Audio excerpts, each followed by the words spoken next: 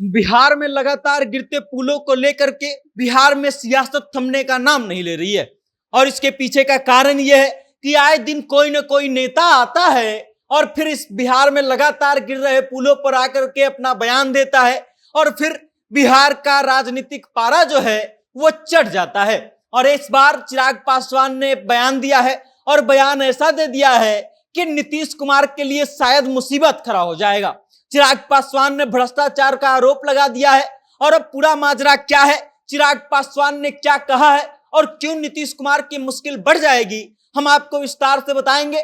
लेकिन उससे पहले नमस्कार, मेरा नाम वेद प्रकाश है। आप जनता जंक्शन देखना शुरू कर चुके हैं और कैमरे के पीछे है विशाल। Chirag Paswan news source ANI से बातचीत करते हुए बिहार में लगातार गिरते रहे पुलों पर अपना प्रतिक्रिया देते हैं और ये प्रतिक्रिया ऐसा दे दिए कि शायद नीतीश कुमार इस प्रतिक्रिया के कारण सकते में आ जाएंगे। चिराग पासवान बातचीत करते हुए कहते हैं कि बिहार में जो लगातार पुल गिर रहे हैं इस पर राजनीति नहीं होनी चाहिए, इस पर सियासत नहीं होना चाहिए, बल्कि मिलजुल करके जिम्मेदारी तय करनी चाहिए कि किसकी गलती से गिर रहे हैं और क्यों बिहार में लगातार पुल गिर रहे हैं। उसके बाद चिराग पासवान बातचीत करते हुए ये तक कह देते हैं कि हमारे मुख्यमंत्री जो हैं वो जीरो टॉलरेंस की बात करते हैं भ्रष्टाचार पर। हम लोग भ्रष्टाचार में जीरो संलिप्तता की बात करेंगे, लेकिन लगातार बिहार में पुल गिर रहे हैं और अगर मटेरियल खराब यूज किया जा रहा है तो मतलब ये है कि कहीं ना कहीं भ्रष्टाचार हो रहा है। और जब से चिराग पासवान ने ये बयान दिया है उसके बाद से सियासी पारा बिहार में हाई हो चुका है और इस बात की चर्चा होने लगी है कि नीतीश कुमार को लेकर के चिराग पासवान ये इंगित कर रहे हैं कि बिहार में लगातार पुलों के गिरने का पीछे का जो कारण है वो इसमें संलिप्त भ्रष्टाचार है।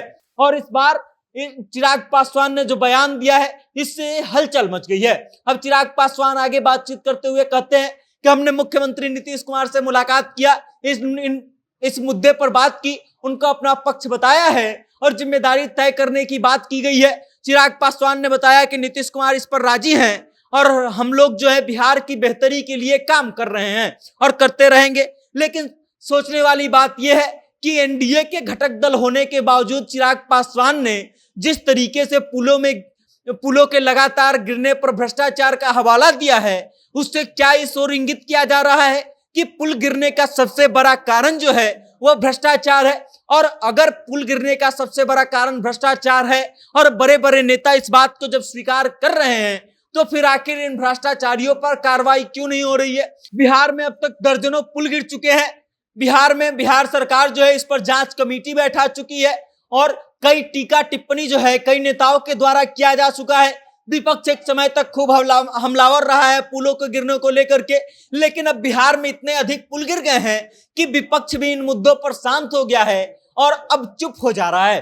बाकी आप समझिए कि अब पक्ष के नेता आकर के इस बात का आरोप लगा रहे हैं कि बिहार में पुलों का लगातार गिरना भ्रष्टाचार की ओर जा रहा है, तो कहीं ना कहीं नीतीश कुमार को इस बारे में सोचने की जरूरत है और इस बात की जिम्मेदारी तय करने की भी जरूरत है कि आखिर किसकी वजह से बार बार पुल गिर रहे हैं। बाकी आपको क्या लगता है कि चिराग पासवान ने जो बयान दिया है उससे बिहार का सियासी पारा कितना चढ़ेगा और चिराग पासवान का बयान कितना सही लगता है आपको, और आपको क्या लगता है कि सच में बिहार के पुलों के लगातार गिरने के पीछे का कारण, सबसे बड़ा जो कारण है वो भ्रष्टाचार है।